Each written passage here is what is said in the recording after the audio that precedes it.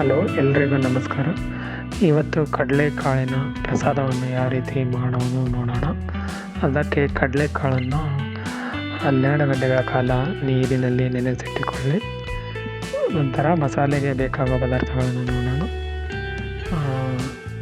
ಅದು ಕರಿಬೇವು, ಹಸಿಶುಂಠಿ, ಹಸಿಮೆಣಸಿನಕಾಯಿ, ಕೊಬ್ಬರಿಯನ್ನು ಸಣ್ಣದಾಗಿ ಇಟ್ಟುಕೊಳ್ಳಿ, ಕೊತ್ತಂಬರಿ ಸೊಪ್ಪು. ನಂತರ ಇದನ್ನು ಮಿಕ್ಸರ್ಗೆ ಹಾಕಿ ಸಣ್ಣದಾಗಿ ರುಬ್ಬಿಕೊಳ್ಳಬೇಕು.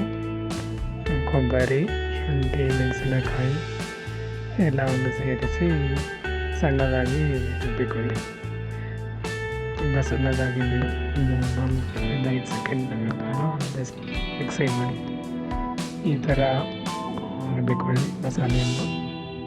ನಂತರ ಕಡಲೆಕಾಳುಗಳನ್ನು 10-12 ನಿಮಿಷಗಳ ಕಾಲ ಬಿಸಿನೀರಿನಲ್ಲಿ ಕುದಿಸಿಟ್ಟುಕೊಳ್ಳಿ. ನಂತರ ಒಗ್ಗರಣೆ ಬೇಕಾಗುವ ಸಾಮಗ್ರಿಗಳನ್ನು ಹಿಂಗ್ ಪೌಡರ್, ಸಾಸಿವೆ ಕಾಳು, ರುಬ್ಬಿರುವ ಮಸಾಲೆ, ಕೊತ್ತಂಬರಿ. ಎಣ್ಣೆಯನ್ನು 3-4 ಚಮಚದಷ್ಟು ಹಾಕಿಕೊಳ್ಳಿ. ಎಣ್ಣೆ ಕಾದ ನಂತರ ಸಾಸಿವೆಯನ್ನು ಸೇರಿಸಿ ನಂತರ ಈ ಪೌಡರನ್ನು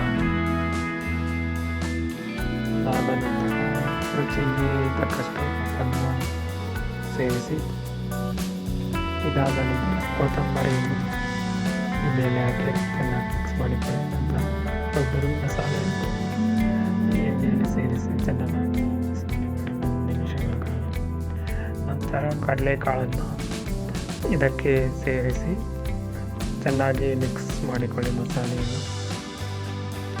ನಂತರ ಕೊಬ್ಬರಿಯನ್ನು ಸೇರಿಸಿದ ಮಸಾಲೆಯನ್ನು ಮತ್ತೆ ಮೇಲೆ ಹಾಕಿ ಚೆನ್ನಾಗಿ ಮಿಕ್ಸ್ ಮಾಡಿಕೊಳ್ಳಬೇಕು.